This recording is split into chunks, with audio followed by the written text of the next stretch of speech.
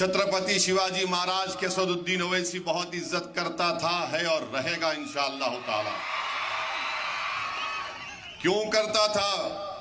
क्योंकि अस्सलामुअलैकुम नाजरीन, आप देख रहे हैं नूरानी खबरें। नाजरीन, 2014 में देश में मोदी हुकूमत बनने के बाद से कयास लगाए जा रहे थे, गरीबी हटाने के लिए सभी को रोजगार मिलेगा, बेरोजगारों को रोजगार मिलेगा, बेहतर तालीम मिलेगी, अच्छी सेहत मिलेगी। लेकिन करीब 10 साल बाद भी इस मुद्दे पर कोई काम न होकर सिर्फ पूरे देश में हिंदू मुस्लिम मंदिर मस्जिद की सियासत पिछले 10 सालों से काफी ज्यादा देखने को मिल रही है। इस दरमियान हिंदू मुस्लिम सियासत की बाढ़ आ चुकी है और मोदी राज में मुसलमान मस्जिद और दरगाह आज सबसे बड़ा मुद्दा है। जाहिर है इसका फायदा किसको होता है, ये बात आप भी जानते हैं और समझते हैं। इस वक्त मस्जिद के नाम पर मुसलमानों को ही निशाना बनाया जा रहा है। कभी कुशीनगर मदनी मस्जिद पर चले बुलडोजर के साथ मदनी मस्जिद के मुख्य चेहरा रहे शाकिर साहब की जान ले ली जाती है, तो वहीं गोरखपुर में एक मस्जिद को गैर कानूनी कहते हुए 15 दिन में हटा लेने के लिए अल्टीमेटम दे दिया गया है। वहीं मुसलमानों पर अक्सर नफरती बयान देने वाले महाराष्ट्र के वजीर नितेश राणे वक्फ बोर्ड को खत्म करके सनातन बोर्ड बनाने की मांग कर रहे हैं, तो हैदराबाद के मस्जिद के सामने हिंदुत्ववादियों ने श्री राम के नारे लगाकर माहौल खराब करने की कोशिश की है। वहीं एक बहुत बड़ी खबर इस वक्त सोशल मीडिया पर काफी वायरल हो रही है, जहां हैदराबाद के एमएलए टी राजा मुसलमानों के खिलाफ एक बार फिर से जहर उगलते दिखाई दे रहे हैं।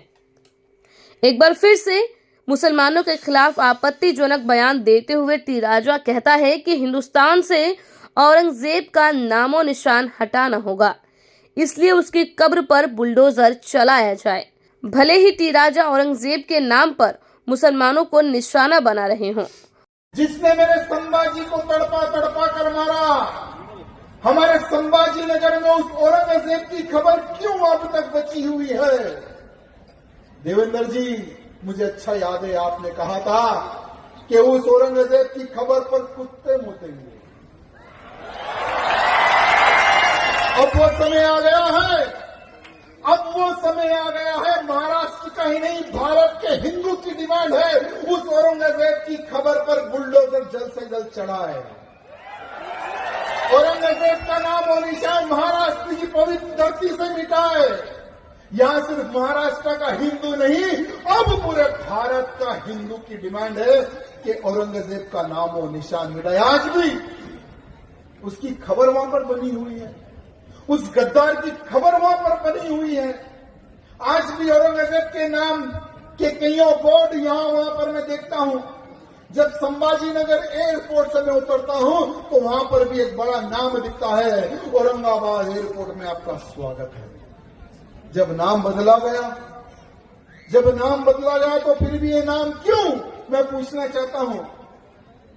राजनीति हर चीज पे होनी चाहिए, लेकिन इतिहास पे जिसने खिलवाड़ किया, संभाजी महाराज को जिसने मारा, उसका नाम और निशान महाराष्ट्र की पवित्र धरती से हटना चाहिए, मिटना चाहिए मेरे से। वहीं दूसरी ओर एआईएमआईएम के अध्यक्ष असदुद्दीन ओवैसी टी राजा को रिप्लाई देते हुए छत्रपति शिवाजी महाराज पर क्या कुछ कह रहे हैं, आइए सुनते हैं। हमारे मराठा भाइयों से मैं कहना चाहूंगा कि छत्रपति शिवाजी महाराज के असदुद्दीन ओवैसी बहुत इज्जत करता था, है और रहेगा इंशाअल्लाह ताला। क्यों करता था? क्योंकि छत्रपति शिवाजी महाराज मुसलमानों के खिलाफ नहीं थे। ये बीजेपी का झूठा प्रोपेगेंडा है। बीजेपी एमएलए टी राजा के बयान पर औरंगाबाद में वाकई औरंगजेब की कब्र के पास मकामी लोगों का कहना है कि 200 साल पहले ना तो हम थे ना ही कोई और। ये मिर्ची नमक लगाकर जो बातें बता रहे हैं ये गलत है।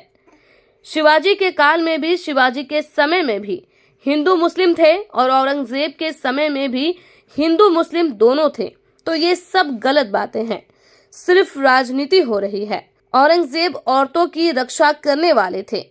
आज राजनीति ने उन्हें हिंदू मुसलमान का रंग दे दिया है। हम सब एक ही थाली में खाते हैं। ये सिर्फ राजनीति है, इस बात को खत्म करें। महाराष्ट्र चुनाव में भी औरंगजेब का मुद्दा जोर शोर से उठाया गया था। 2022 में भी असदुद्दीन ओवैसी के भाई अकबरुद्दीन ओवैसी ने चादर और फूल चढ़ाए थे। ऐसे में महाराष्ट्र चुनाव में 16 सीटों पर ओवैसी की पार्टी ने जीत हासिल की थी।